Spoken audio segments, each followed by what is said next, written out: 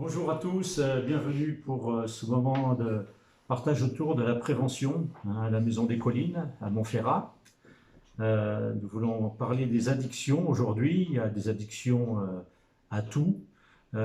Certaines ne portent pas à de trop graves conséquences. L'addiction au chocolat ou à la sucrerie, ça peut générer quelques problèmes de diabète peut-être, mais enfin, il y a des addictions qui sont plus graves, comme celle à la nicotine, au tabac, qui fait quand même 73 000 morts par an en France. C'est la première cause de mortalité, avec une réduction d'espérance de vie de 20 ans. L'addiction à l'alcool, qui est la deuxième cause de mortalité en France, avec plus de 40 000 morts en France chaque année. Et puis nous aborderons donc les drogues, mais aussi l'addiction à la pornographie. Ça fait moins de dégâts forcément sur le plan physique, mais sur le plan psychologique, c'est assez destructeur. Beaucoup de culpabilité, les gens se sentent sales. Ça détruit les vies, les couples, les foyers, l'addiction au jeu également. Donc nous allons essayer d'aborder ça rapidement. J'ai avec moi Benjamin qui travaille aux Collines depuis 2 mois et qui est accompagnant éducatif et social, qui interviendra pour donner son témoignage. Et puis on a aussi Kylian, un de nos résidents qui partagera aussi son expérience par rapport aux drogues. Voilà, donc ce qui est important de voir, on sait que les drogues ne datent pas du XXe siècle ni du XXIe. On en retrouve des traces 3000 ans avant Jésus-Christ, des traces de tabac, l'alcool, etc. Souvent, c'était dans des cadres bien spécifiques. Le cannabis s'est vraiment développé après les années 60. Après les années 70, c'est plutôt la cocaïne, l'héroïne. Et puis après, dans les années 90, c'est plutôt les extasies, avec les substances hallucinogènes. Alors ce qu'on voudrait voir dans un premier temps, c'est l'impact que toutes les drogues, que ce soit drogue, substance ou pornographie, jeux, ont sur le cerveau. Tout se passe dans le cerveau et ce sont toujours les mêmes zones qui sont touchées. Donc on sait, les drogues, l'addiction, c'est un processus qui se met en place et qui agit forcément sur le cerveau. Les jeunes pensent toujours contrôler, on pense toujours contrôler l'addiction, mais en fait, c'est chimique et il y a quelque chose qui se passe dans le cerveau au niveau des neuromédiateurs, les synapses qui sont le passage entre deux neurones et qui perturbe tout le fonctionnement des neuromédiateurs. Et en fait, la personne pense contrôler, mais la recherche du plaisir que ça procure crée en même temps une perte de contrôle. Alors, ce qu'on voit, c'est l'effet sur le cerveau. La dépendance s'installe parce qu'il y a toujours cette notion du plaisir. Il y a le centre du plaisir. La drogue agit là-dessus. Et s'il n'y avait pas le plaisir dans les drogues, il n'y aurait pas d'addiction en fait. L'addiction, elle vient parce qu'il y a quand même un plaisir à prendre des substances, à regarder un film ou à jouer, etc. Donc voilà, ça s'inscrit en nous, ça s'inscrit dans la mémoire. Donc ça, c'est bien ancré. Et quand il y a ce qu'on appelle les douleurs, ce sont des frustrations, des contrariétés ou des souffrances, la personne naturellement va se rappeler que finalement elle mérite bien un peu de soulagement, de réconfort, de plaisir. Et en fait, c'est le système de récompense qui se met en place. Et les moindres contrariétés, les frustrations ou autres vont déclencher l'envie de reprendre une substance, de reprendre un film, ou etc. Et à force d'être dans ce système de récompense, la répétition crée l'addiction. On va voir également comment ça se passe au niveau de la tolérance et quand la dépendance s'installe. En fait, je ne sais pas si vous voyez bien à la vidéo, il y a toute une zone verte, c'est la zone d'équilibre. Elle est représentée par un trait, le trait vert. Et c'est la zone d'équilibre dans laquelle on se situe en général. Hein, voilà. Et il y a juste au-dessus, c'est la notion du plaisir. Et en fait, bien sûr, il y a du plaisir quand si on va faire un pique-nique, on va faire du sport. Le vendredi pour les étudiants, c'est la fin des cours, etc. Forcément, ça va monter un peu, mais ça reste toujours dans la zone d'équilibre. Hein, ça reste toujours là. Et puis, quand les vacances sont finies, quand le week-end est terminé, en fait, ça redescend, mais ça reste toujours dans la zone d'équilibre. Hein. Voilà, ça se balade ici, c'est toute une zone qui se trouve dans l'équilibre. Mais quand il y a une substance qui vient, une pornographie qui agit sur les mêmes glandes du cerveau, ça crée un plaisir souvent qui dépasse le plaisir ordinaire. Et en fait, celui qui consomme la substance, il y a une montée, il atteint ce qu'on appelle la planète, il plane, quand on dit il plane, mais c'est ça en fait, c'est que ça dépasse le naturel, quoi, le normal. Et en fait, la personne se trouve bien, se sent bien, et le plaisir que ça procure fait qu'on voudrait que ça s'arrête jamais, mais c'est pas le cas. Et au bout de quelques minutes ou quelques heures, ça redescend, l'effet redescend. Alors au début, ça redescend, mais ça redescend toujours dans la zone d'équilibre normale. Voilà. Et puis, à force d'en prendre, l'effet, il y aura moins d'effet. Il y aura moins d'effet. Et ce qui fait que il aurait tendance à, vu qu'il y a moins d'effet, à force d'en prendre, à augmenter les doses. Et là, ça veut dire que l'organisme tolère la substance, tolère le produit. Et à partir du moment où il faut augmenter les doses, c'est qu'on a dépassé un seuil de tolérance. Alors on va augmenter les doses. Et jusqu'à ce qu'on augmente encore pour ressentir davantage d'effets. Et mais ce qu'il y a, c'est que plus on en prend, moins on monte haut, on plane de moins en moins. Et par contre, quand il y a la descente, on redescend en dessous le niveau normal. Et on se situe dans un état de dépression, hein, et de mal-être. Et plus ça dure avec les mois ou les années de consommation, il y a toujours un peu de plaisir, mais il n'y aura jamais ce que la personne a connu à la première fois. Et par contre, quand ça descend, ça va de plus en plus grave. Et à la fin, le toxicomane, il consomme pour éviter de souffrir. Hein. Il se trouve dans une nouvelle, dans la dépendance, la zone rouge, là, c'est son nouvel état d'équilibre. En fait, il est complètement en dessous de la dépression, du mal-être, il est dans une dépendance totale. C'est ce qu'on appelle la galère. Hein. La lune de miel est passée, tout le plaisir est terminé, et il se retrouve dans une période de souffrance. Et après, il va consommer pour éviter de souffrir. Et il pense qu'à une chose, c'est à sa dose. Alors, qu'est-ce qu'une drogue? Hein, c'est une substance qui agit sur le cerveau, c'est ce qu'on appelle la substance psychoactive, hein, parce que ça modifie tout dans le cerveau, ça modifie les sensations, les motivations, la concentration, l'humeur, le comportement, tout est affecté chez l'individu. Hein. Et ça provoque des changements au niveau physique, psychologique, social.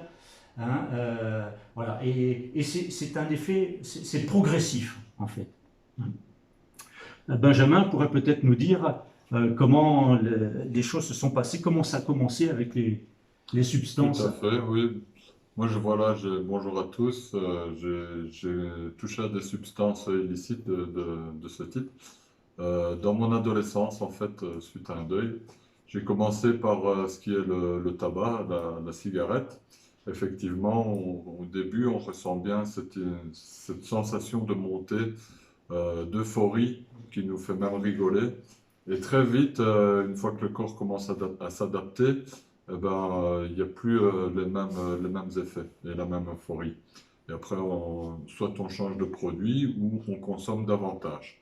D'abord, on peut essayer le cannabis et après l'ecstasy et ainsi de suite en fait. Et plus on augmente les doses ou les produits, le départ, ça va être assez éphémère, ça va être assez, euh, comment on dit encore, on va rigoler, quoi, on va être très euphorique. Et après, quand on va redescendre, eh ben, on va redescendre à chaque fois de plus en plus bas. Et ça fonctionne avec n'importe quel type de drogue, même la cigarette. Après, la cigarette, il n'y a pas vraiment d'effets, comment dire, qui font planer tout ça. Mais au début, oui, quand même. Et après, ben, ça devient vraiment récurrent et une addiction auquel on arrive très très mal à se débarrasser. Alors, ce qu'il y a, il faut savoir, c'est qu'il y a plusieurs sortes de drogues. Hein. Ces substances sont classées en trois catégories où on voit les stimulants, hein, dans lesquels on trouve la cocaïne, le crack, les extasies, le tabac. Hein, donc, ça augmente la vigilance, ça diminue la sensation de fatigue et de sommeil. Hein, il y en a donc dans les pays où ils cultivent le cocaïer, ils mâchent les feuilles de coca pour ressentir moins de fatigue. Hein, c'est un coupe-faim également, donc voilà, ça stimule. Et puis, il y en a d'autres qu'on appelle des dépresseurs, hein, qui ont un effet d'endormissement. Hein, c'est l'opium, la morphine, l'héroïne, les amphétamines. Et puis, il y a les perturbateurs, dans lesquels se trouvent le cannabis et l'alcool pour les principaux. On trouve le LSD, les champignons hallucinogènes. Donc, ils viennent tout perturber. Et donc, forcément, sur l'influx nerveux, le système électrique qu'il y a dans le cerveau, ça vient influencer, ça peut ralentir, accélérer ou perturber complètement le fonctionnement. Peut-être que Kylian, tu pourrais peut-être nous dire, peut-être on a vu Benjamin qui a commencé par le tabac et puis après ça enchaîne de le cannabis. Est-ce que toi tu pourrais nous dire quand ça a commencé et pourquoi ça a commencé? Alors ça a commencé jeune déjà, enfin jeune, c'est déjà on est tenté quand on est tout petit, si on a une famille avec des parents qui fument, donc déjà ça influence, et ensuite quand on grandit, après il y a tout l'entourage, si on a les copains ou les grands frères des copains qui fument et tout ça donne envie de fumer déjà. Et on commence vite, moi j'ai vite commencé par la cigarette, j'avais vraiment, quand j'ai commencé à fumer, j'avais 15 ans, et 15 ou 16 ans, et cannabis avec, et ensuite les choses elles s'enchaînent assez rapidement, on commence à boire, on commence à prendre, puis quand on a un pote qui commence à nous entraîner, on va plus loin, on va dans la drogue dure, on va faire des raves, on va faire plein de trucs, et puis comme Christian l'a dit, la montée ça, au début c'est bien, ça monte vite et tout ça, et puis on plane grave, on est en euphorie comme il disait, on redescend aussi au bout d'un moment, et quand on redescend, ça suscite une envie de reprendre et tout ça, le cerveau il en redemande et le corps, dès qu'il y a une dépression, dès qu'il y a quelque chose qui va pas, c'est la cigarette, c'est le joint, c'est la fête, l'alcool, les machins, et on plonge vite et c'est difficile aussi à en sortir. Alors, quand est-ce qu'il y a dépendance? Le tableau suivant nous montre 7 manifestations. Et, il ne faut pas forcément avoir les 7. À partir de 3 au moins de ces manifestations, on peut dire qu'il commence à y avoir dépendance. Hein. La première, c'est quand on a besoin de quantités toujours plus grandes. Voilà. Donc une tolérance s'installe, il faut augmenter les doses. Et là, donc, c'est un premier signe comme quoi une dépendance peut s'installer. Mais donc, il en faut au moins 3. La deuxième, c'est quand on arrête et qu'on commence à ressentir l'effet de sevrage, de manque. Et quand on commence à être énervé, agité, agacé, on est en colère, ça nous démange, ça nous gratte, notre humeur change, on est irritable, etc. Ce sont des signes. Le manque est là. Hein, nous, on le voit parmi les jeunes qui viennent. Souvent, il y a 15 jours d'essai à 1 mois d'essai. Souvent, dans le premier mois, on s'aperçoit tout de suite les jeunes qui sont en manque. Hein, donc le manque est aussi une preuve comme quoi une dépendance est aussi en train de s'installer. Hein. Benjamin, peut-être, il va continuer. Nous avons aussi en troisième possibilité les substances prises en quantité supérieure. C'est ce que Christian indiquait aussi avec la tolérance. Hein. Plus le corps va commencer à s'adapter, plus on va augmenter les doses. Nous avons aussi le désir persistant ou des efforts infructueux pour réduire et contrôler l'utilisation de la dépendance. C'est ce qu'on essaye de gérer Mais après, c'est vraiment le produit qui commence à prendre position sur nous.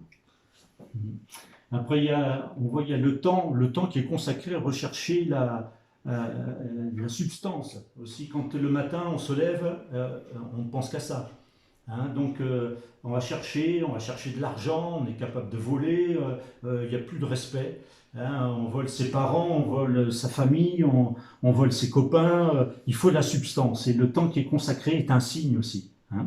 Quand il y a également l'abandon d'un cursus de formation, l'abandon des études, une chute des résultats scolaires.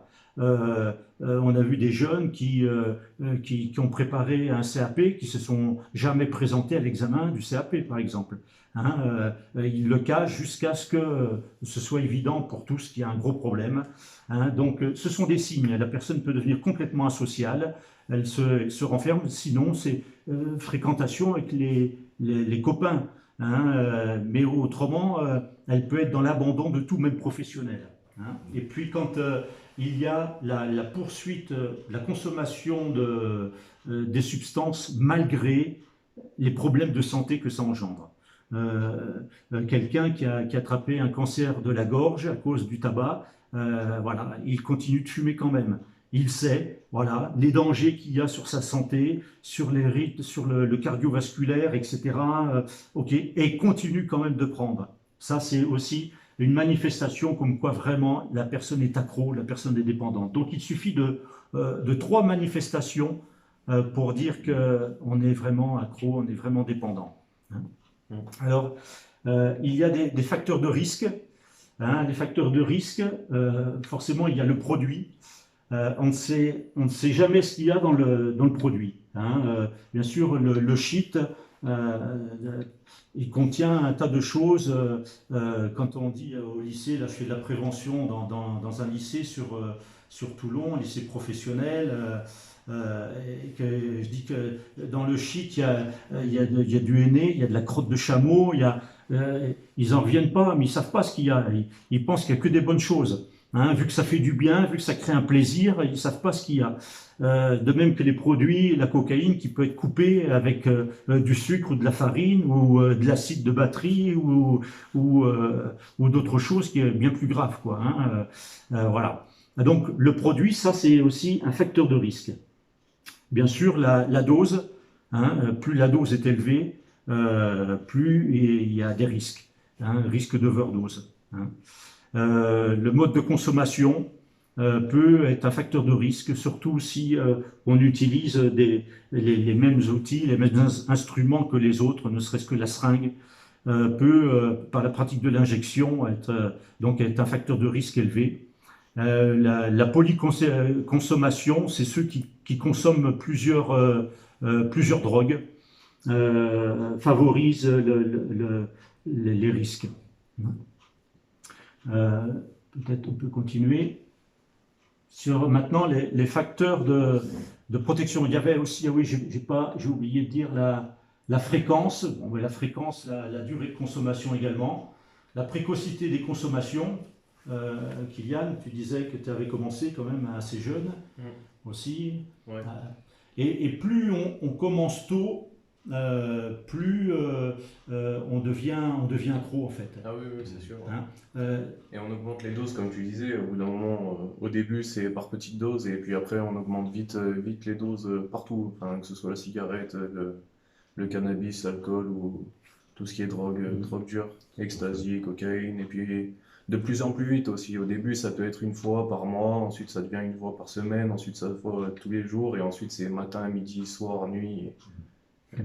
Là, c'est abusé. ouais. Il y a un facteur qui est important aussi dans toutes ces consommations, c'est la manne financière qu'on peut y attribuer. Ouais. Plus on a une manne financière forte dès le départ, plus on va injecter de l'argent dedans. Moins la manne financière est forte, ben c'est vrai qu'au début, ben on va galérer, on va avoir des difficultés de produire certains produits. Et donc, ça va limiter quand même quelque part la consommation.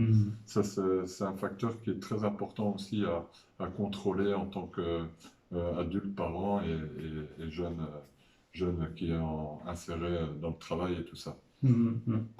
Et disons que on a eu un jeune il y a quelques années qui la maman était toxicomane. Et lui, il dit, quand il est né toxicomane. Hein, en fait, il a eu besoin d'un sevrage dès sa naissance parce que sa mère ne s'est pas arrêtée pendant la grossesse de consommer des drogues, la cocaïne, etc. Et lui, il est né, comme il dit, toxicomane. Alors, quand nous on l'a eu, il avait 25 ans. Il dit, j'ai 25 ans de toxicomanie et en fait, il a toujours besoin de faire des cures, de produits de substitution. Bien sûr, tout passe par le placenta. Hein. La femme fume, l'enfant fume, la maman boit, l'enfant boit aussi. Hein, je veux dire. Et donc, plus on commence tôt, un médecin nous expliquait qu'en fait, c'est comme un tuteur. Quelqu'un qui commence à fumer à 25 ans aura moins de mal à s'arrêter que quelqu'un qui a commencé à 10 ans. Parce que les 20 premières années, c'est les années d'apprentissage et puis de développement physique, psychologique, psychique. Et en fait, c'est comme s'il grandissait avec un tuteur. Et donc, ça l'oriente vers la dépendance au produit. Hein. Donc, il y a certaines situations, bien sûr, où il y a des facteurs de risque plus importants, comme là, quand on parlait de la femme enceinte. Hein. Mais s'il y a des facteurs de risque, il y a aussi des facteurs de protection. Hein. Qu'est-ce qui peut nous protéger? Parce que toutes les personnes, bien sûr, on n'est pas tous égaux devant les substances psychoactives. Et en fonction aussi du contexte familial dans lequel on est, le médecin nous expliquait que, en fait, un jeune qui est dans un foyer où il y a le dialogue, il y a l'amour, la compréhension, il dit, il n'y a pas de raison que l'enfant il aille vers les drogues. Il peut essayer un moment au collège de fumer un joint, mais en général, il ne va pas persévérer. Pourquoi? Parce qu'il a son nid douillet chez lui. Il parle facilement avec ses parents, il y a une bonne relation de confiance, il y a la paix, il y a l'amour dans le foyer. Il n'y a pas de raison qu'un enfant qui est stable, qui est bien entouré, aille dans la drogue. Hein, donc, forcément, quand il y a une bonne famille, ça, c'est un facteur de protection. Hein. Quand il est dit s'informer, ça peut nous protéger aussi. Quand le jeune est informé sur les produits, la dangerosité du produit, il va dire non, non, moi ça, j'y touche pas. Est-ce que ça vous est arrivé de dire non, moi, je veux bien. Ouais, le tabac, ok, cannabis, mais enfin non, ce produit-là, j'y touche pas parce que ça fait trop de dégâts. Est-ce qu'on vous a averti, vous avez été informé de certaines choses comme ça aussi? Nous, entre amis, on s'était mis à un accord, et un accord qui a été respecté. C'était par rapport à l'héroïne. On a dit qu'on n'allait pas franchir cette barrière-là. Et c'est une barrière, une limite vraiment qu'on s'est mis. Et on a respecté quand même jusqu'au bout. Ouais, c'était quelque chose. Pareil, excuse-moi, vraiment pareil, tout ce qui était aiguille et tout ça, en sachant avec les aiguilles ce que ça provoquait, et on voyait des gens qui pouvaient être allongés par terre complètement morts, enfin, on prend pas l'aiguille, enfin moi je m'étais fixé ça en tout cas, je prenais pas l'aiguille. Ouais. Il y a aussi des facteurs de protection, les résistances et nos résistances propres. Ça veut dire que c'est cette capacité de dire non. Hein, de dire non à des, entre guillemets, des copains, des dealers, qui voudraient nous entraîner plus loin que ce qu'on voudrait dire. Allez, la première dose est gratuite. Ah, il faut résister à ça, parce que c'est tentant aussi de dire oui, j'essaye, finalement la première dose est gratuite, ça m'engage à rien. Sauf qu'une dépendance peut très vite s'installer. Et quand il y a eu un effet, quand il y a eu une montée avec un autre produit, parce que l'organisme n'est pas habitué, les neuromédiateurs, etc., sont pas habitués à une nouvelle substance, il va y avoir une montée. La personne sait, le dealer sait très bien que un essai gratuit, c'est un consommateur pour des années. Hein, et donc avoir cette capacité de résistance à dire non, c'est important, ça nous protège aussi. Il y a aussi bon, les proches également, bien sûr, la famille, j'en parlais il y a quelques instants, où quand on est accompagné, quand on est bien entouré, voilà, il n'y a pas de raison pour qu'on aille dans la drogue, ça nous protège. Parfois, c'est des fois un peu rébarbatif, tu sors pas ce soir, tu sors avec qui, etc. Mais ce sont des facteurs de protection.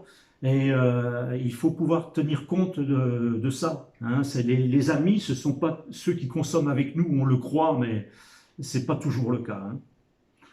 Hein. Si vous avez à intervenir, n'hésitez pas à intervenir. Hein. L'environnement, mais l'environnement, c'est aussi la cité. Hein. Peut-être qu'à la campagne, on est peut-être moins touché que dans les quartiers en ville. Non, Mais maintenant, trop, c'est bah pas le non, cas. non, moi je On suis en pas trouve d'accord. partout. Non, non, Vas-y.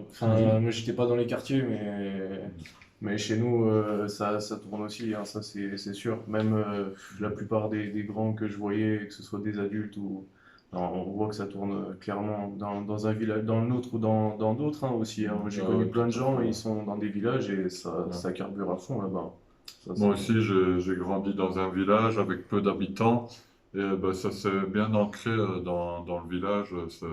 Ça tournait assez facilement, quoi. On trouvait un peu ce qu'on veut. D'ailleurs, donc, beaucoup de gens parlaient sur le village, mais je pense que c'était comme ça un peu partout pareil, quoi. Mhm. Donc, les campagnes ne sont pas exempts Ouais. de ce C'est fléau. complètement décentralisé en Oui, fait. oui, Hein. tout à Ouais, fait. ouais, Ouais, ouais. c'est répandu partout maintenant.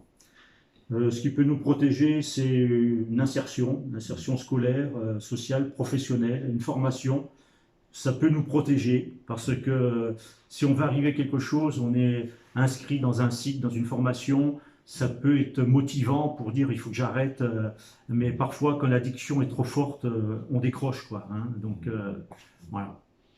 C'est de trouver quelque chose qui nous plaît, quoi. Ça, c'est Mm. très important. Moi, ce qui m'a permis de sortir un peu de tout ça et d'être ciblé dans cette situation, c'est par rapport à mon métier. La menuiserie, j'ai su assez tôt, assez jeune, et c'est vraiment quelque chose de bien que je voulais faire ça, quoi. Donc, j'ai toujours essayé d'évoluer dans ce domaine, et à chaque fois, j'avais quelque chose qui m'attrayait, Mm. qui me plaisait, quoi. Et quelque chose qu'on aime, c'est quelque chose qu'on s'intéresse. Ça, Mm. c'est important. Ouais. Ouais. Voilà, donc n'hésitez pas à nous poser des questions via Facebook, les commentaires ou autres. On va aborder un autre sujet, c'est la pornographie. Euh, et vous dit, une ex-actrice de X disait, quoi que vous fassiez, vos enfants verront du porno. Alors là, ça fait peur.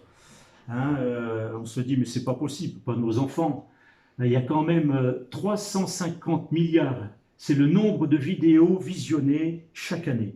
350 milliards.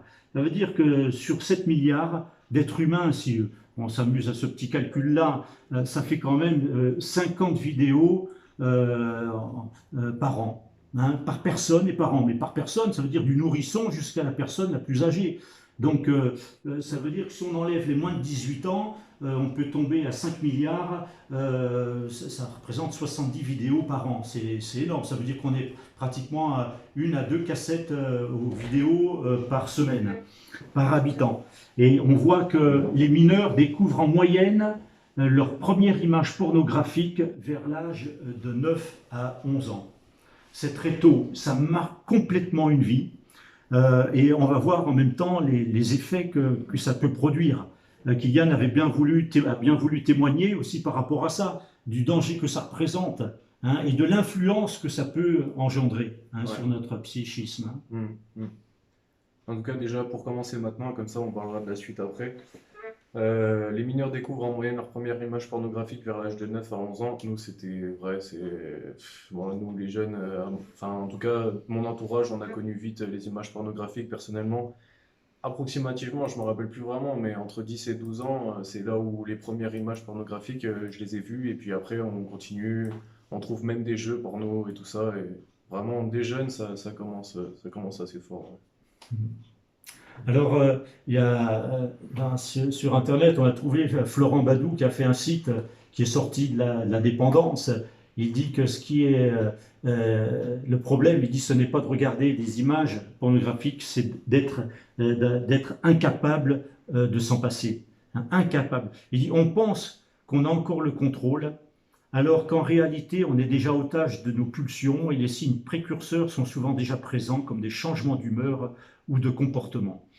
Et c'est quelque chose qui est difficile à se séparer parce que quelqu'un dit aussi dans son témoignage, je vais prendre son témoignage, où il dit que le problème avec le porno, c'est que même si vous n'avez pas d'image sur votre écran, vous pouvez aller chercher des images dans vos pensées. Hein. Et il dit qu'il faut pouvoir renouveler ses pensées avec de bonnes pensées. Et malheureusement, il n'y a pas un bouton effacer pour remettre à zéro vos pensées. Donc il dit qu'il faut résister. Hein.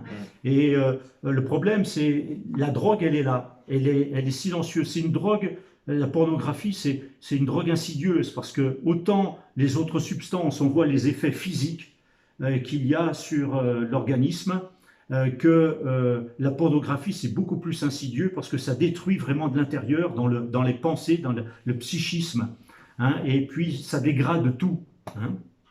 N'hésitez pas, si vous avez un témoignage Ouais, je pense à que dire. sur la pornographie, il faut être bienveillant sur nos ados, hein. Maintenant, à l'heure 2.0, comme on dit, on met des téléphones portables avec Internet, avec Mm. tout ce qu'il faut.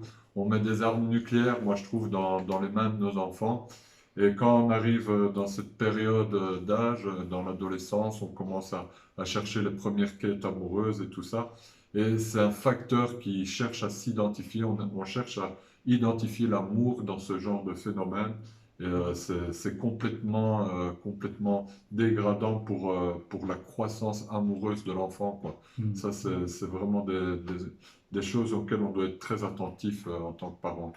Mm. Je pense qu'il faut faire très Ouais, je suis attention. d'accord avec le fait. Je sais plus si on va en parler après ou je sais plus du tout, mais c'est vrai que la pornographie, je trouve que ça détériorise grave le partenaire avec qui on pourra avoir des relations plus tard. Moi, Mm. ça vraiment, ça laisse comme si c'était un objet en fait et c'est pas bon quoi. Ça grave une image et puis ça persiste et à chaque fois qu'on recommence une vidéo, c'est la même image qui s'imprègne de plus en plus et qui prend racine en nous.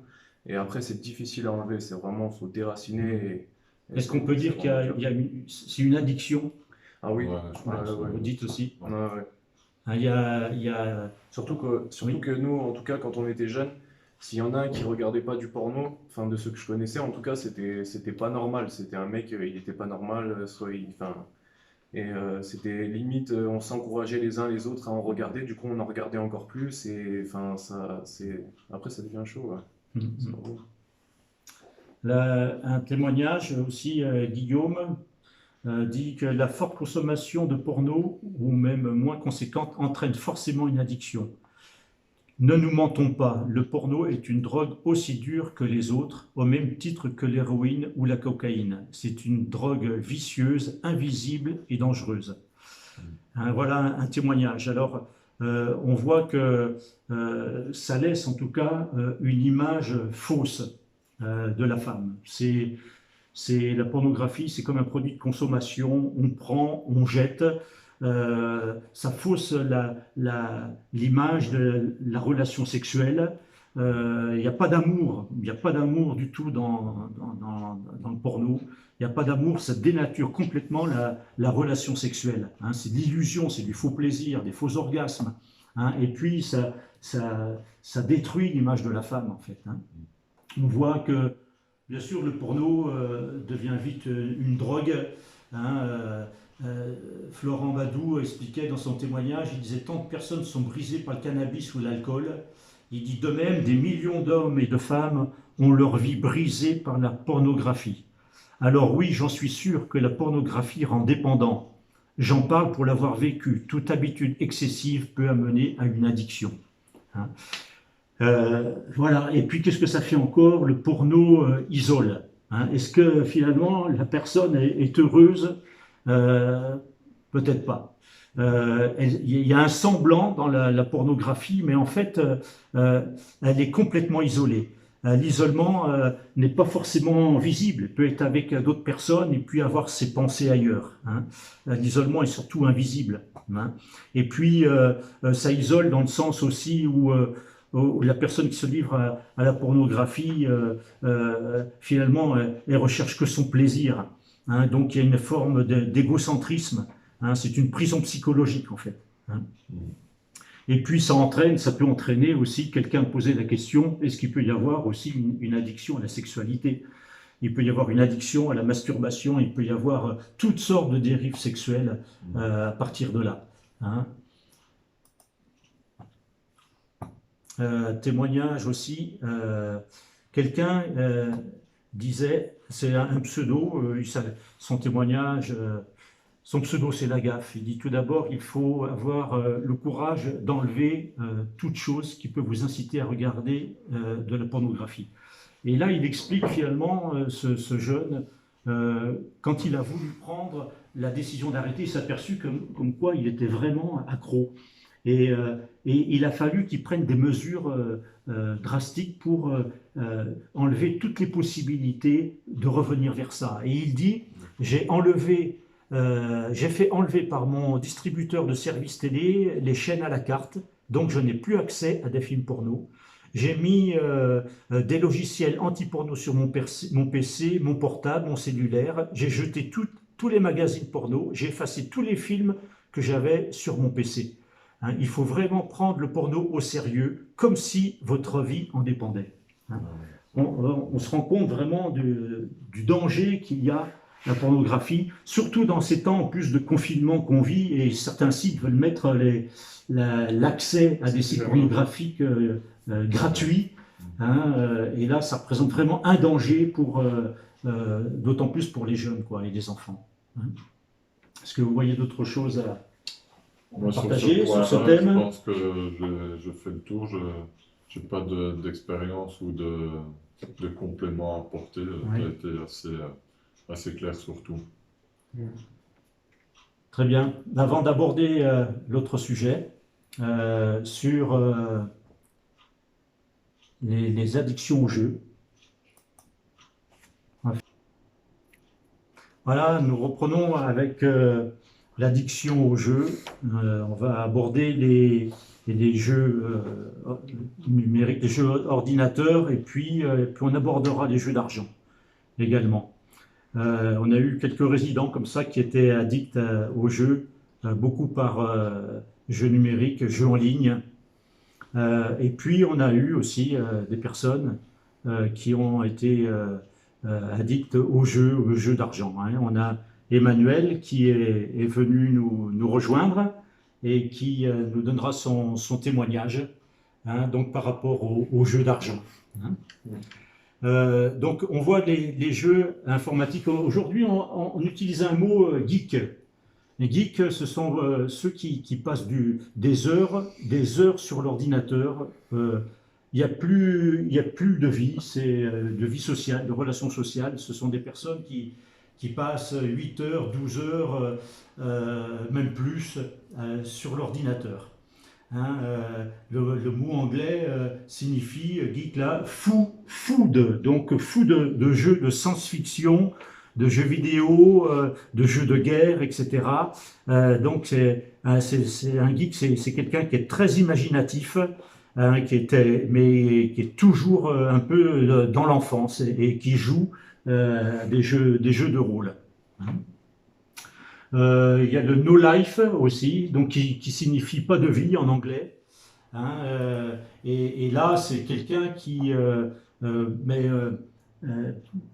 il ne vit que par son jeu, quoi. Il est dans le virtuel en permanence. Il sort plus. Il peut se contenter d'avoir son RSA comme ça et d'avoir son appartement et de passer ses journées à jouer. Hein, il y a un témoignage de personnes là, qui dit ma vie est un no life, hein, qui dit ma vie est similaire à celle d'un chien. Je reste enfermé, je ne vois personne, il ne se passe jamais rien, je mange à n'importe quelle heure, je suis toujours seul, je mange seul, etc. C'est terrible d'entendre ça. Est-ce que c'est tout le temps ça? Est-ce on peut être accro comme ça, Kylian, au jeu, au point qu'on n'endort plus, on n'en mange plus Alors personnellement, j'ai jamais vraiment été no life dans le sens que j'ai pas passé des semaines, ni des mois, ni quoi que ce soit à être tout seul dans ma chambre et à être enfermé. Par contre, j'ai passé vraiment beaucoup de temps à jouer. Au début, ma mère, elle fixait des heures et elle disait, comme mon père d'ailleurs, il fixait des heures, il disait 1 heure de jeu et après vous arrêtez 1 heure et demie. Puis au bout d'un moment, même dès le début, ça nous saoule et on dépasse la limite et ensuite on joue la nuit et ensuite, même avec les potes, moi j'ai invité mes potes et on jouait à deux, trois et j'allais chez mon pote, on jouait, on jouait, on jouait.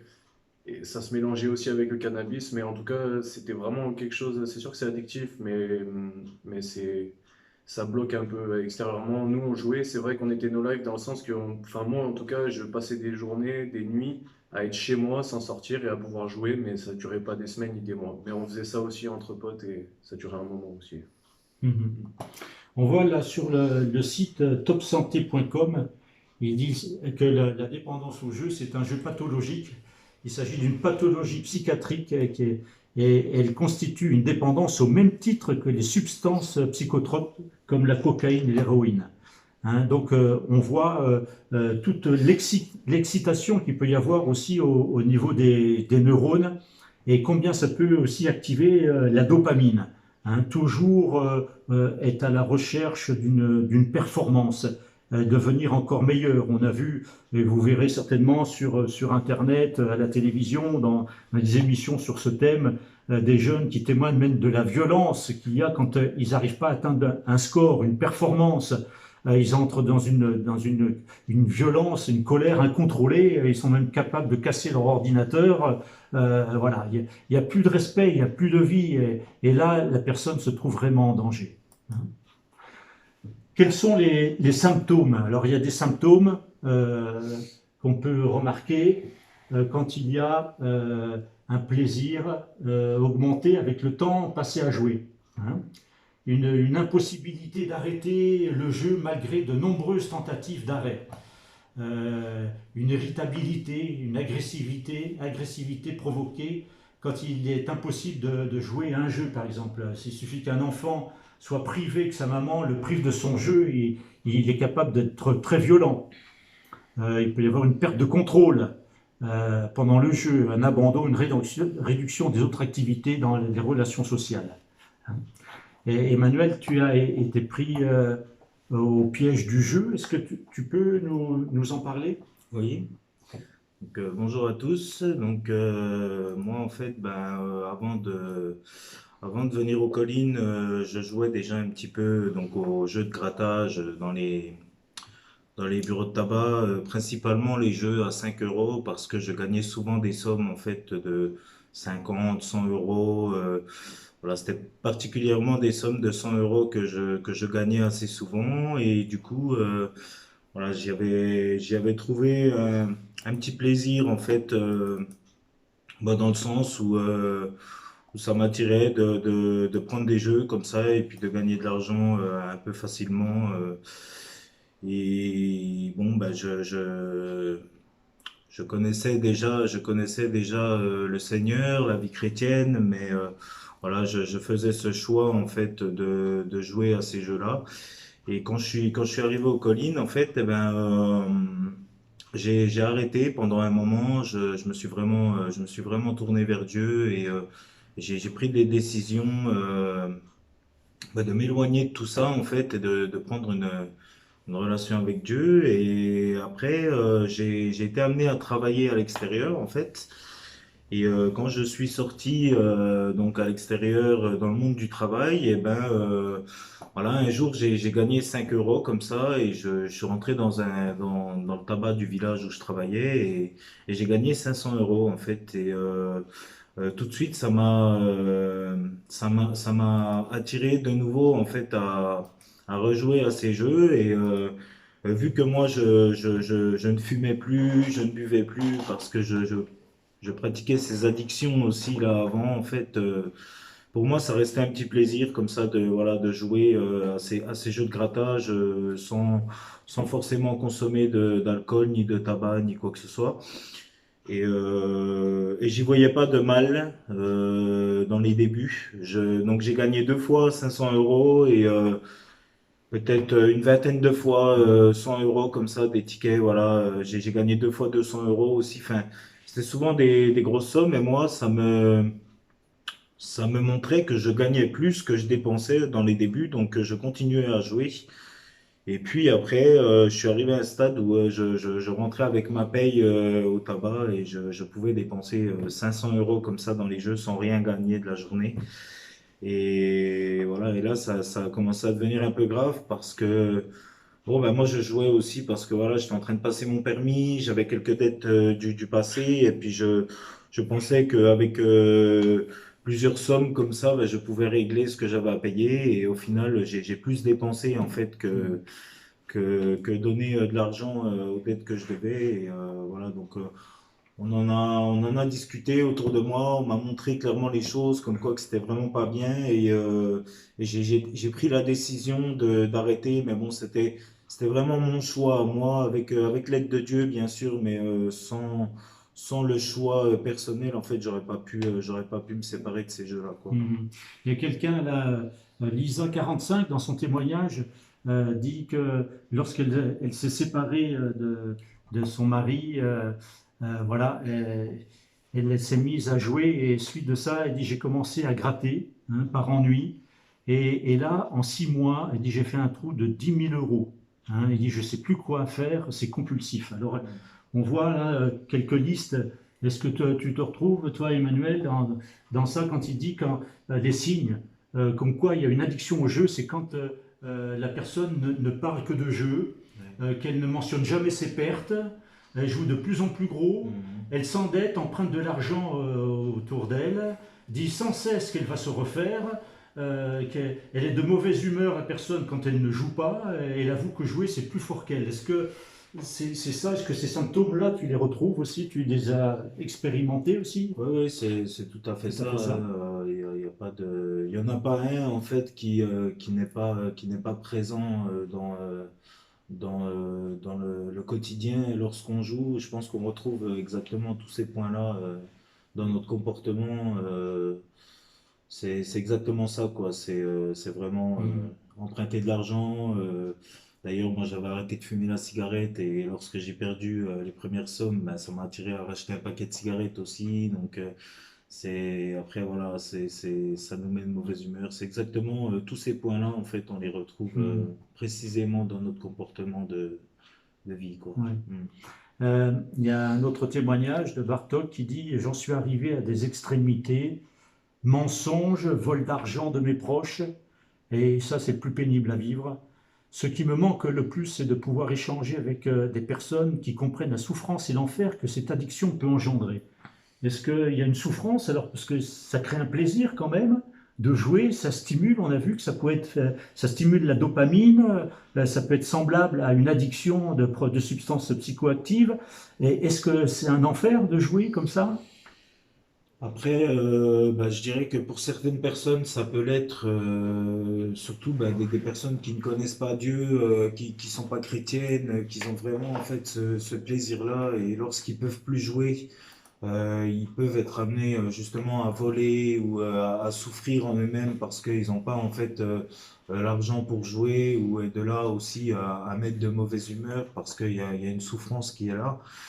Moi, la souffrance que j'ai pu ressentir, c'est que ben, ça m'éloignait de Dieu tous les jours, et que en fait, j'avais perdu ma relation avec Dieu, et je pensais vraiment que à jouer au jeu, jouer au jeu. Le soir, je me disais, bah, demain, je vais partir au travail, voilà, il me faut 10 ou 20 euros pour jouer.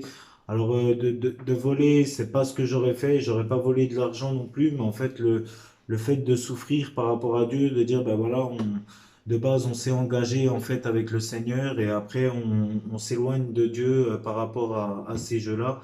Mais c'est vrai que chez certaines personnes qui n'ont pas connu Dieu et qui sont pas du tout chrétiennes, je pense que ça peut engendrer des souffrances, et puis Hmm. voilà, mener à voler de l'argent, Ouais. tout à fait, quoi. C'est pas facile d'en parler en fait. Pas trop, Ouais. non, pas On trop. le cache, hein, c'est caché, hein. Mm. Comme une autre addiction finalement. On a souvent du mal à en cacher, à en parler. On cache jusqu'au jour où c'est plus possible, quoi. Mm. Mm. Mm. Ben, comme la pornographie, l'alcool, la drogue, c'est ouais, c'est un peu comme tout ça, hein, Ouais, ouais. Ouais, et puis, Ah, d'ailleurs, ouais. je voulais préciser que le vol d'argent, c'est vrai, moi je l'ai vu dans les jeux, donc Manu il l'a pas fait, mais moi j'ai la drogue, je reviens à la drogue, c'est une petite parenthèse, mais c'est vrai que moi déjà j'étais mineur à l'époque et j'avais pas les moyens d'avoir des sous. Donc je volais dans le portefeuille de ma mère, je lui demandais, elle me disait tu vas faire quoi avec ça? Et, bah, je lui disais pas, au début je lui disais pas, et puis ça fait beaucoup de mal aussi. Ouais, à sa famille, à l'entourage, et quand ils voient où est-ce qu'on plonge, où est-ce que leur argent est parti, et tout ça, c'est déjà, ouais, c'est... Mhm. Alors, on va aborder des clés, des petits points qui peuvent nous aider oui, j'avais ça. Euh, une étude, oui, donc sur les vidéos qui favorisent aussi l'agressivité. Hein. Donc, on voit sur une étude de grande ampleur qui a été menée avec 2154 adolescents, hein, dont 38% d'hommes âgés de 21 ans en moyenne. Ils ont été sondés en Australie, au Japon, en Chine, aux États-Unis, en Allemagne, en Croatie et en Roumanie sur le degré de violence rencontré dans les émissions télévisées, séries, films ou jeux vidéo qu'ils regardaient. Les conclusions de l'étude révèlent que la violence des médias a été positivement et significativement liée à un comportement agressif dans tous les pays. En effet, l'exposition a été liée à une pensée agressive accrue et a réduit l'empathie. Hein, donc on retrouve ça sur les sites sosjoueurs.org et addictel.com. On voit donc l'influence des jeux vidéo aussi sur l'agressivité des jeunes. 4 clés pour quitter les addictions. 4 clés, c'est des pistes de réflexion. Trouver un sens à sa vie, je pense que c'est quelque chose qui peut être vraiment une clé pour s'en sortir. Beaucoup de jeunes sont livrés à eux-mêmes. Ils pensent que le sens de leur vie, c'est que le plaisir. Et en fait, et ce qu'il faudrait, c'est amener une personne à trouver trois rêves, 3 désirs profonds à mettre en place pour dire voilà ce que j'aimerais faire. Et puis voir les freins également qui peuvent empêcher ça, dire voilà, mais j'aimerais bien faire ça, mais voilà ce qui m'en empêche. Et pouvoir en parler avec d'autres et voir ce qui est possible de faire et dire mais voilà ce qui me manque, c'est un but dans ma vie. J'ai pas un but, je sais pas quoi faire, je traîne, je zone, je sais pas. Et souvent, la loisiveté fait qu'on tombe dans la drogue, la pornographie, les jeux, il y a des mauvaises fréquentations, etc. Et trouver un sens à sa vie, c'est peut-être capital.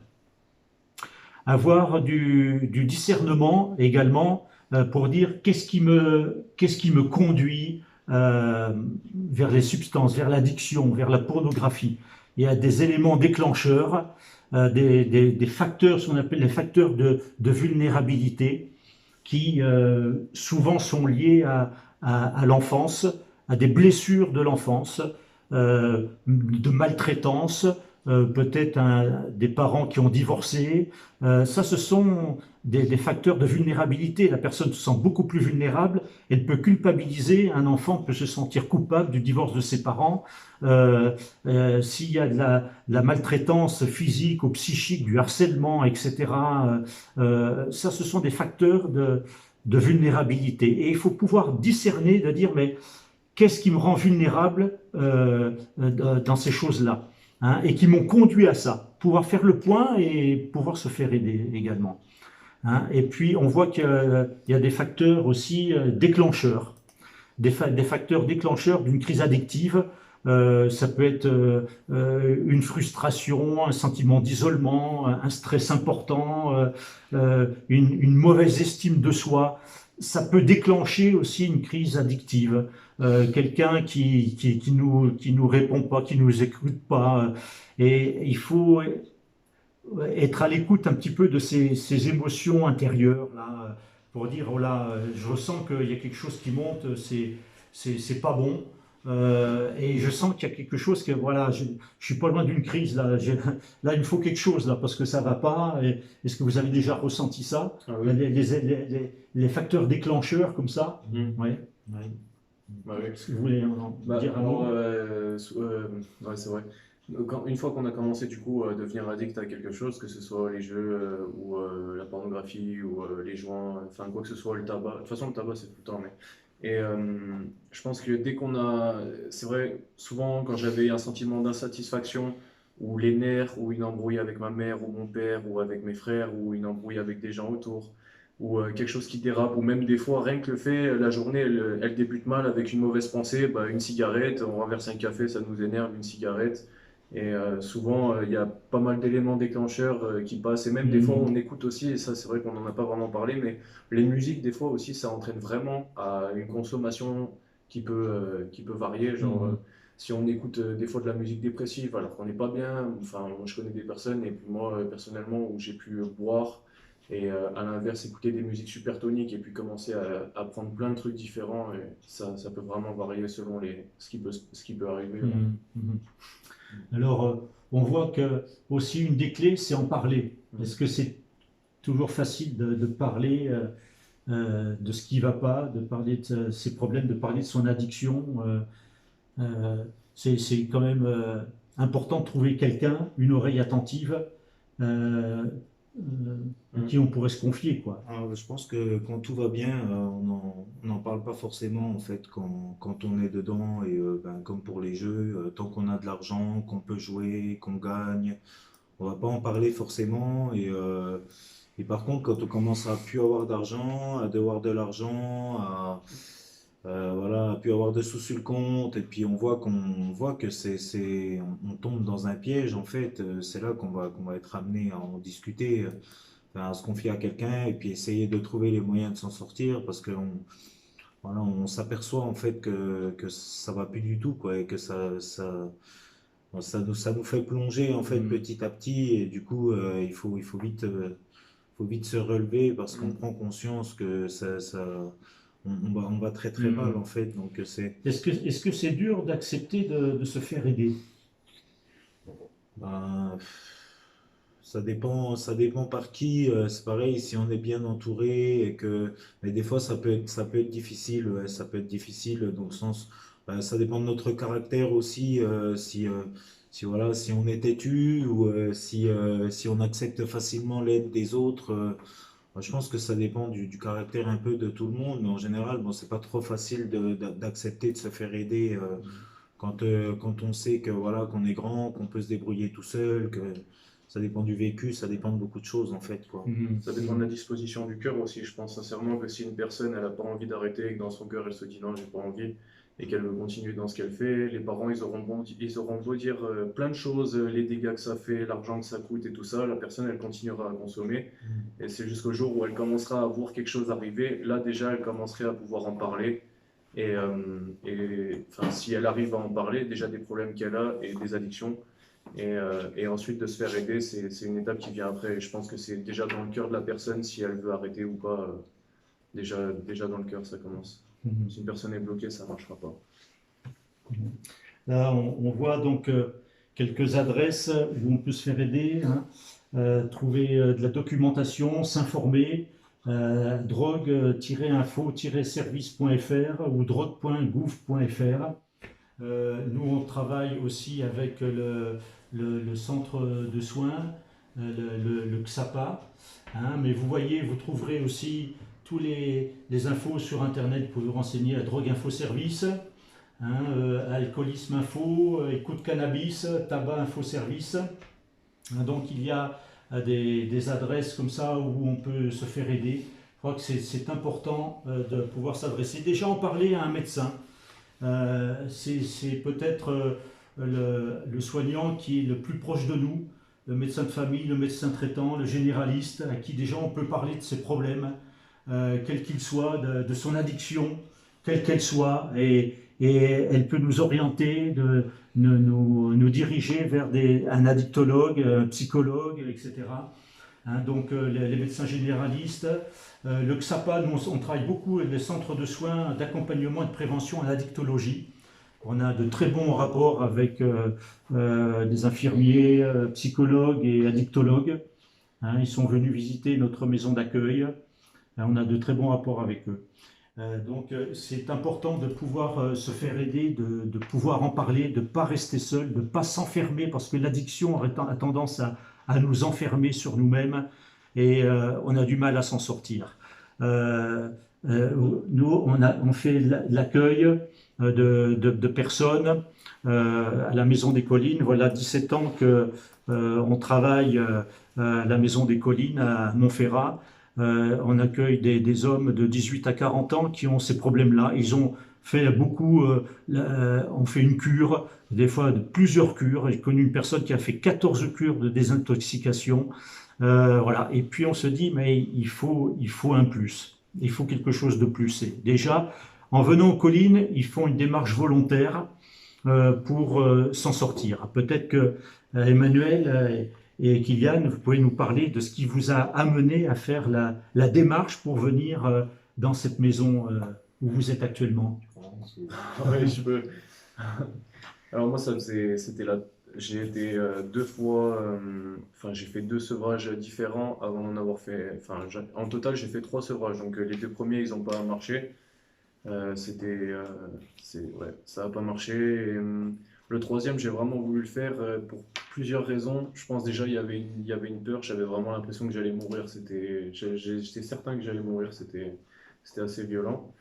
Et de la parano aussi, parce que le shit, ça rendait parano et tout ça. Donc, et finalement, j'ai choisi d'aller dans un endroit chrétien parce que j'ai des convictions déjà depuis tout petit où je crois en Dieu et il y a aussi pas mal de choses, on peut appeler ça paranormal ou de la schizophrénie ou quoi que ce soit, qui me sont arrivées. Et ça m'a troublé et c'est revenu à l'âge de 16-17 ans. Et là, au bout d'un moment, c'était trop. Et j'ai choisi d'aller dans ce centre-là. J'ai cherché sur Internet. J'ai mis centre chrétien et j'ai trouvé celui-là de la C3. Et quelques mois après, j'ai été accepté ici. Mhm. Emmanuel, oui. Et moi, j'étais un petit peu, voilà, j'étais séparé de mes parents quand j'étais tout petit, et, enfin, quand j'avais l'âge de 13 ans. Et puis, j'ai vraiment sombré dans l'alcool, dans la drogue. J'ai fini dans la rue pendant des années. Et bien sûr, j'ai connu Dieu en 2010, mais j'ai fait le choix voilà, de rencontrer encore des mauvaises personnes. Et puis j'ai continué de m'alcooliser, de me droguer. Et voilà, je recherchais toujours une famille en fait qui pourrait m'apporter de l'amour, enfin, des besoins que moi j'avais, que je n'ai pas eu avec mes parents. Et au fur et à mesure du temps, pour abréger un petit peu la situation, je me suis retrouvé avec des problèmes de justice que j'étais pas forcément voilà, impliqué dedans, mais par rapport à mes choix, en fait, je suis tombé avec une peine de prison, toujours dans l'alcool, toujours dans la drogue, des grosses consommations et j'ai fait le choix de passer par une cure de désintoxication et dans cette cure de désintoxication, je voulais quitter la région, je voulais m'éloigner de ma famille parce que ça me faisait déjà souffrir d'être près d'eux, mais de pas avoir cette relation en fait familiale avec eux et aussi pour moi pour m'en sortir par rapport aux drogues et à l'alcool. Et du coup, voilà, j'ai appris que il y avait un centre chrétien à C3 et j'ai fait la demande et j'ai été accepté voilà très peu de temps après. Donc je me suis réjoui, j'ai vraiment remercié Dieu pour cette grâce qui m'a donné encore une chance en fait de pouvoir m'en sortir et d'être accepté ici quoi. Ouais. Est-ce que vous pourriez dire à ceux qui vous regardent, qui nous écoutent, qu'est-ce que vous avez découvert en venant à la maison d'accueil des collines? Qu'est-ce que ça vous apporte? En quoi ça vous est utile? Bah, moi, j'ai trouvé une famille. Au début, c'était assez compliqué. J'avais du mal, je voulais sortir et Christian, il le sait, hein, tous les mois, enfin, au début, ouais, tous les mois pendant un an, je venais voir Christian, tous les deux, ça dépendait, et je venais voir Christian et je lui disais, je vais partir et tout ça, et Christian, il a été là vraiment, vraiment comme la famille à me dire, mais si, qu'est-ce que tu vas faire si tu sors, où tu vas, t'as des projets ou pas, et à chaque fois, ça me revenait en conscience et je me disais, non, je me disais, si je sors, je vais tomber dans l'alcool à nouveau et tout ça. Et finalement, ici, j'ai vraiment trouvé ouais, un endroit, une famille. Et j'apprends beaucoup de choses ici. J'étais quelqu'un qui travaillait pas, qui était vraiment flemmard et tout ça. Et ici, je commence à changer ça. C'est difficile, ça prend du temps. Mais j'apprends à travailler, j'apprends la persévérance et les combats aussi avec Dieu. Mhm. Ouais. Mhm. Ouais, moi je dirais pareil. En fait, j'ai trouvé vraiment un esprit de famille, une famille que j'ai pas eu en fait à l'extérieur et ça a comblé pour moi un certain manque et aussi beaucoup les moments spirituels, le temps d'apprendre aussi dans la parole de Dieu, d'apprendre beaucoup de choses du côté spirituel en fait, et ça m'a aidé à prendre conscience de certaines choses, à passer du temps aussi dans la prière avec Dieu et aussi à me remotiver pour j'ai pu passer mon permis de conduire alors que je me voyais jamais passer mon permis. Enfin, j'ai eu des motivations aussi par rapport au travail, par rapport à beaucoup de choses. Voilà, je me suis fait baptiser, j'étais aux collines, j'ai renoué des liens avec mes parents grâce à ça aussi, grâce au choix que j'ai pu faire ici. Enfin, j'ai pu pardonner, il y a beaucoup de choses que j'ai trouvées, voilà, qui ont été bien, qui ont été des bonnes choses pour ma vie, en fait, au niveau de tout, au niveau de toute motivation, ben, par rapport déjà au papier, à la vie active, au travail, permis de conduire, enfin, l'autonomie, et puis aussi côté spirituel, ça m'a aussi beaucoup apporté, j'ai beaucoup appris et j'en apprends encore toujours parce que la vie en communauté, ben, elle n'est pas toujours évidente, mais en général, Dieu nous fait passer par des épreuves pour que ça soit formateur pour nous et c'est vraiment c'est vraiment très bien. Je pense que si on est placé ici, c'est pas pour rien, c'est que Dieu l'a voulu et voilà, c'est formateur pour nous et il y a beaucoup d'apprentissage, il y a beaucoup de bonnes choses à retenir pour notre vie lorsqu'on est ici et aussi quand on va sortir d'ici, quoi. Mhm. Mm. Donc on voit que c'est important pour les personnes qui sont addictes de trouver de l'aide, de pouvoir en parler, de se faire soigner, de trouver des médecins, addictologues, psychologues, d'avoir un traitement peut-être qui peut les aider. Mais nous, on croit aussi que l'être humain, il y a une dimension spirituelle dans l'être humain et on ne peut pas mettre de côté cet aspect-là parce qu'il est aussi capital. Et c'est bien de se faire soigner quand on est blessé, quand on a mal, d'en parler à un médecin, etc. Mais de se tourner aussi vers celui qui nous a créés. Même dans l'association des alcooliques anonymes, ils aident beaucoup avec les médecins, etc. Mais pouvoir en parler et faire une référence à Dieu. Et c'est ce que je voudrais voir pendant quelques minutes, faire une petite conclusion de ces moments autour de la parole de Dieu. Donc, en conclusion, on voit que l'addiction, c'est un piège. C'est un piège, c'est comme le piège de la souris avec le fromage. La souris, elle va s'approcher tout doucement, elle va reculer, etc. Elle va goûter une première fois, elle va s'en aller, elle va revenir deux fois, puis elle va grignoter de plus en plus jusqu'à ce que le piège se referme sur elle. Et c'est vraiment ça. Le dilemme, c'est de prendre la décision d'abandonner, d'arrêter l'addiction, de se faire aider, d'en parler. C'est un dilemme, pourquoi? Parce qu'il y a la notion du plaisir. Il ne faut jamais oublier que celui qui est addict, il trouve un plaisir dans son addiction. Et quelque part, il voudra arrêter à cause des conséquences négatives, mauvaises, néfastes, destructrices de sa vie. Puis d'un autre côté, alors qu'il voudrait arrêter, il continue malgré tout à cause du plaisir. Et là, elle se trouve vraiment prise dans un piège. Et elle a besoin d'en parler, mais elle ne pourra jamais faire l'économie du choix. Le choix est incontournable. Il faut quand même faire un choix. C'est pas si je veux, j'arrête quand je veux. Mais non, c'est pas le cas. Mais si la personne veut arrêter, elle peut trouver de l'aide. Elle n'est peut-être pas en mesure de pouvoir, mais elle peut vouloir déjà. Et s'il y a une volonté, alors ça peut être le démarrage et un changement. Les jeunes que nous accueillons aux collines viennent sur une démarche volontaire. On veut pas que ce soit un placement, c'est pas une obligation. Et quand des jeunes viennent par pression familiale, ça se passe pas bien parce que ce n'est pas leur choix. Il faut vraiment que ce soit le choix. C'est un choix capital, la volonté de la personne. Quand Jésus vient, on va aborder cet aspect spirituel. Quand Jésus voit quelqu'un, il voit un lépreux et que veux-tu? Que veux-tu? Tu mendies, tu fais l'aumône, tu as de l'argent, peut-être que qu'est-ce que tu veux? Jésus, Jésus, criait un aveugle, que veux-tu? Et Jésus nous pose la même question. la personne qui est addicte doit savoir ce qu'elle veut au fond. Si elle veut vraiment arrêter et qu'elle a besoin d'aide, qu'elle n'y arrive pas, mais il faut qu'elle soit honnête avec elle-même, il faut qu'elle soit authentique et que cette volonté de s'en sortir soit réelle. Il faut que ce soit une motivation à 100% si possible, ou près des 100%. Il faut vraiment en vouloir et dire « je veux que ma vie change ». Voilà, et ce qui est important, c'est de se dire je veux plus être esclave de ça. Dans la parole, l'apôtre Paul dit dans 1 Corinthiens 6,12, tout m'est permis, mais tout n'est pas utile. Tout m'est permis, mais je ne me laisserai pas asservir par quoi que ce soit. Et c'est ça qui est important. Dans la Bible, on va dire, quelqu'un m'avait dit un jour, mais c'est pas écrit, tu ne fumeras pas. Tu ne te drogueras pas, tu regarderas pas, ok. Mais qu'est-ce qui est bon pour moi?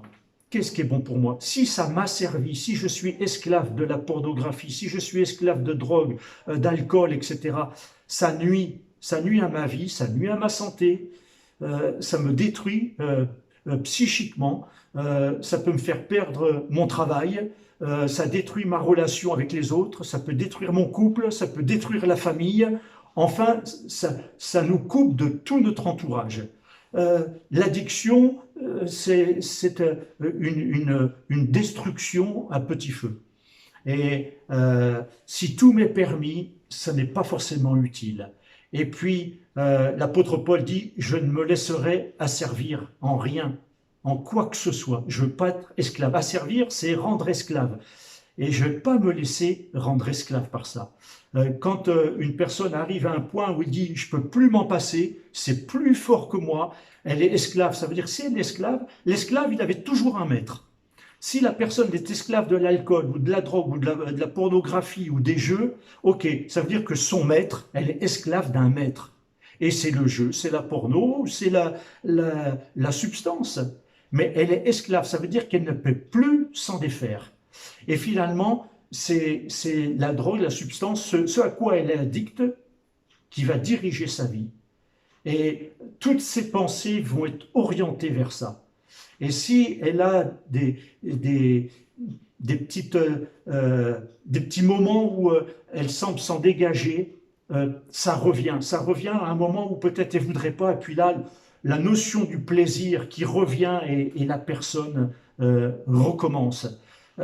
L'apôtre Paul dit, quand il dit « je ne fais pas le bien que je veux et je fais le mal que je ne veux pas ». Et en fait, il y a comme une lutte, dans chaque être humain, une lutte entre ce qui est bon et ce qui n'est pas bon, entre ce qui me fait plaisir n'est pas toujours bon. Et ça peut aller jusqu'à ma destruction. Et Jésus est venu pour nous rendre libres. Jésus dit dans Luc au chapitre 4, il dit au verset 18 qu'il est venu pour guérir les cœurs brisés, pour proclamer aux captifs la délivrance, aux aveugles le recouvrement de la vue et pour renvoyer libres les opprimés. Il est venu pour nous rendre libres. Il ne veut pas que nous soyons esclaves, il veut que nous le connaissions. Jésus nous a tant aimés qu'il a donné sa vie. Il est venu pour quoi faire? Il est venu pour briser le pouvoir du péché et donner à ceux qui croient en lui le pardon de leurs péchés et la vie éternelle. Voilà pourquoi il est venu. Et c'est pour celui qui croit, quiconque croit en lui. Voilà. Il est venu, Dieu nous a tant aimés qu'il a donné son Fils Jésus, afin que nous tous et tous ces jeunes qui sont addicts viennent à lui, le connaissent et qu'en croyant en lui, ils obtiennent le pardon de leurs péchés. Le vrai problème du fond du cœur de l'homme, c'est le péché. Le péché qui est une puissance du diable qui vient pour nous avilir, nous asservir, nous détruire, nous séparer de la gloire de Dieu et de son royaume. Et Jésus est venu pour nous réconcilier avec notre Père, avec notre Créateur.